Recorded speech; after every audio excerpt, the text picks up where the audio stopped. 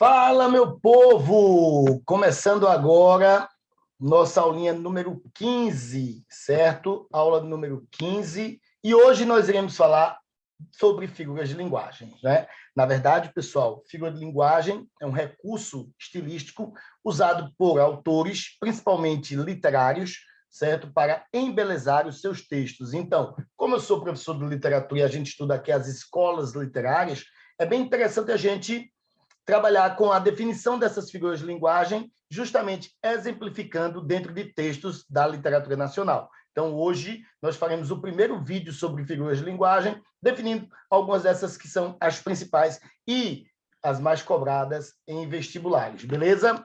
Ó, algumas definições aqui para vocês, pessoal. Simplesmente, o que é uma figura de linguagem? São recursos estilísticos usados por autores para dar mais ênfase à comunicação e tornar essa comunicação mais bonita.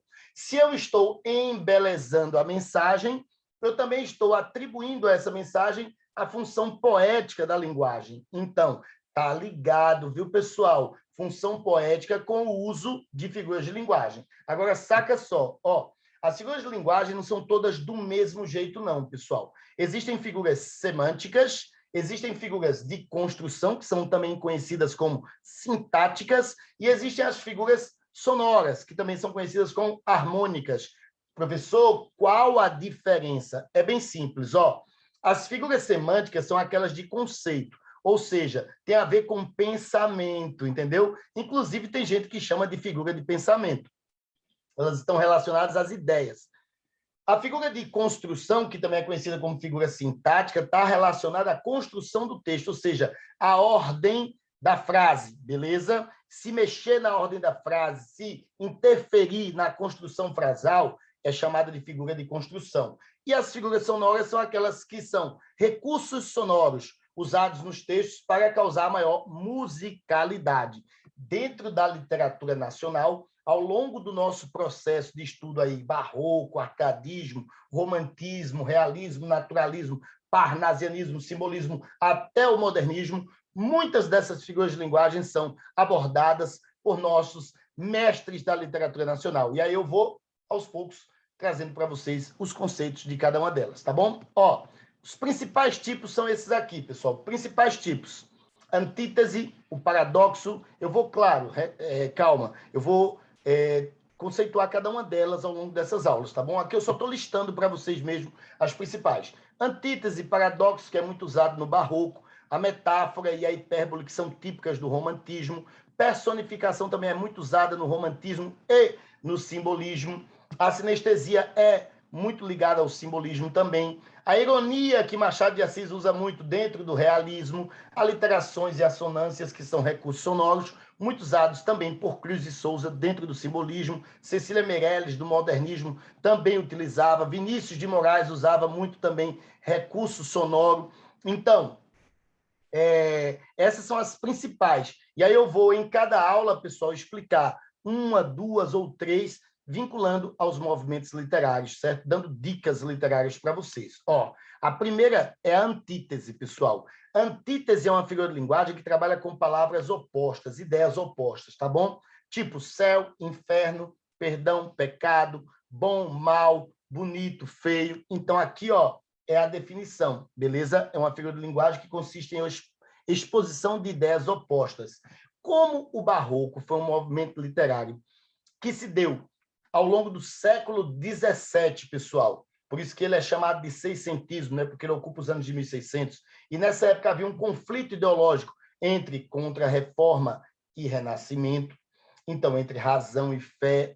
Então, era muito comum que os artistas usassem essas antíteses. Então, as antíteses representam, dentro do barroco, aquilo que chamamos de dualismo, que é o conflito ideológico próprio do barroco, tá bom? Então, rico, pobre, bom, mal, bonito, feio, céu, inferno, perdão, pecado, que é uma temática tão utilizada dentro do barroco, são muito comuns em poemas de Gregório de Matos, em textos, em prosa, nos sermões de Padre Antônio Vieira. E eu trouxe, pessoal, aqui para vocês, ó, um exemplo literário, ó.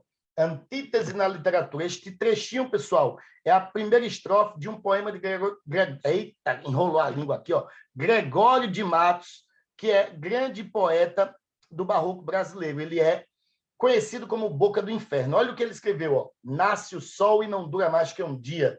Depois da luz se segue a noite escura. Em tristes sombras morre a formosura, em contínuas tristezas a alegria.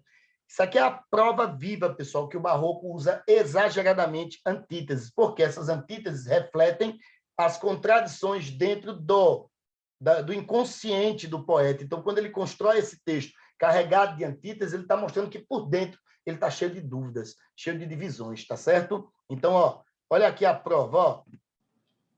Nasce, que é uma contradição com o quê, pessoal? Com morre, que está ali, ó, marcado no terceiro verso. Dia, noite, no segundo verso. Luz, escura, tristeza, alegria. Ou seja, o autor, numa estrofe só, pessoal, usou 4 antíteses, mostrando o dualismo típico do barroco. Claro, aqui também tem um paradoxo, mas eu não vou usar esse trecho como exemplo para paradoxo, porque é o próximo conceito que nós iremos tratar aqui, tá certo? Então, antítese e paradoxo é bem comum no barroco. O exemplo agora foi de antítese, agora vamos para paradoxo. O que é o paradoxo, pessoal? Muitas vezes você está falando uma coisa e a pessoa diz, ah, velho, isso aí é paradoxal. Por quê? Porque você entrou em contradição. Você falou coisas opostas, mas que não se combinam juntas. É como se fosse, pessoal, uma antítese exagerada. Quando eu pego uma antítese e ao invés de usar as palavras simplesmente opostas, eu coloco elas na mesma ideia, uma negando a outra, eu tenho o que chamamos de paradoxo. Por exemplo, ó, naquele poema anterior do Gregório de Matos, ele diz, nasce o sol e não dura mais que um dia. Depois da luz se segue a noite escura. Mesmo ele usando luz e escura, ele falou uma coisa coerente. Ele disse que na passagem do dia para a noite, a luz dá espaço à escuridão. Então, mesmo sendo coisas opostas, há uma coerência, há uma lógica no discurso. No paradoxo não há lógica, há uma contradição, ou seja, você diz uma coisa oposta, mas que se nega. E aí então entra em confusão, entendeu? E aqui é o conceito, ó, é uma figura de linguagem que remete à aproximação de palavras contrárias que expressam ideias contraditórias. Ou seja, o autor, ao construir isso, ele nega o que ele falou, entendeu? É também conhecido como oxímoro, certo? Não é muito comum chamar oxímoro, mas também é conhecido como oxímoro. E eu peguei aqui um verso, pessoal, do próprio... Eita, toda vez que eu vou falar Gregório, minha língua enrola, porque eu tenho a língua presa, viu, galera? Ó, do próprio Gregório de Matos. O exemplo é discreta e formosíssima Maria. Velho, se ela é discreta, como é formosíssima? Se é formosíssima, como é discreta? Entenderam a ideia? Quando ele diz que Maria é discreta e formosíssima, ele entra em contradição, porque é uma coisa ou outra. E isso é o que chamamos de paradoxo, beleza? Aí eu peguei aqui, ó, um paradoxo dentro de um trecho literário, pessoal. Só que aí eu fugi do barroco, tá certo? Porque eu já dei os exemplos de barroco, aí agora eu fui para Camões. Camões, pessoal, é um grande poeta português do século XVI, que são os anos de 1500, ou seja, do quinhentismo português, que é conhecido como classicismo. Na época, ele se destacou com a produção de Os Lusíadas, que é uma obra épica, um clássico, certo? Épico que é narrativo, não é uma epopeia, uma longa narrativa em forma de poema que fala de fatos heróicos ligados a um povo, que no caso aí é a viagem de Vasco da Gama até a Índia, que é lembrado como um dos maiores feitos da história portuguesa. Isso aí é o Camões épico, das narrativas. Só que aqui eu usei um exemplo, pessoal, de um soneto dele. Um soneto bem famoso, em que ele define o que é amor. Eu poderia até usar essa definição de amor para outras figuras de linguagem, mas hoje eu quero falar de paradoxo. Depois a gente fala de outras figuras, tá bom?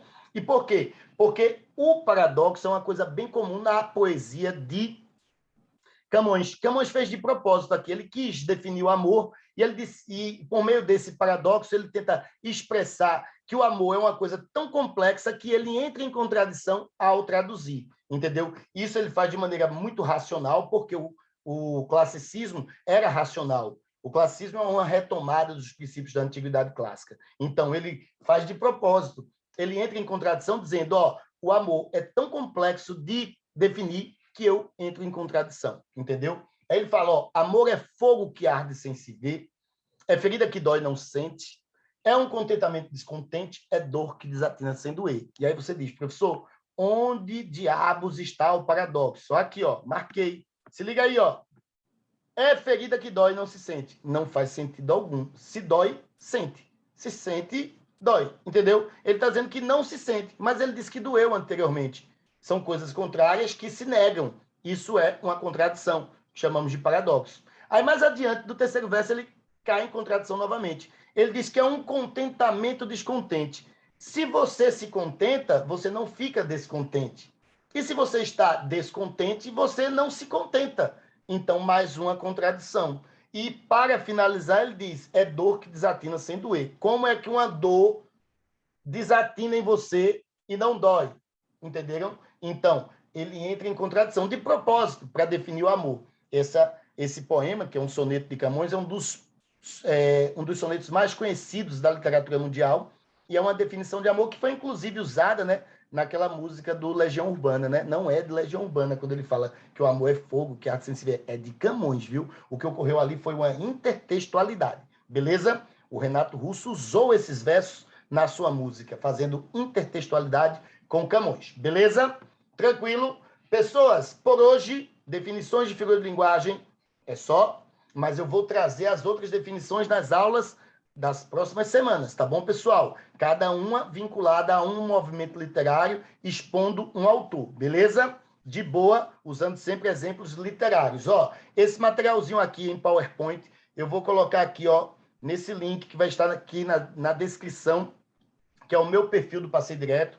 Você que é estudante, você que está se preparando para o vestibular, para o Enem, tem que ter um perfil no Passeio Direto. É uma rede social ligada exclusivamente à educação. Lá você pode guardar seus materiais, lá você pode pesquisar materiais, lá você pode ver videoaula, lá tem uma infinidade de produtos educacionais. Então, ó, vai lá e faz o teu perfil no Passeio Direto e pega esse material aqui no meu perfil do Passeio Direto, beleza? Ó, vou ficando por aqui e como eu já disse em outras aulas, né? Se você tiver interesse de que eu faça uma aula de algum tema que você tenha dúvida, manda para o meu Instagram, @profbetobrito, tá certo? Vai lá e diz, ó, professor, eu queria esse tema aqui, discuto isso aqui, que eu venho e faço sim, toda semana, desde quinta-feira, eu lanço uma aula, às 19h15. Falou, pessoal, até mais, tchau, tchau.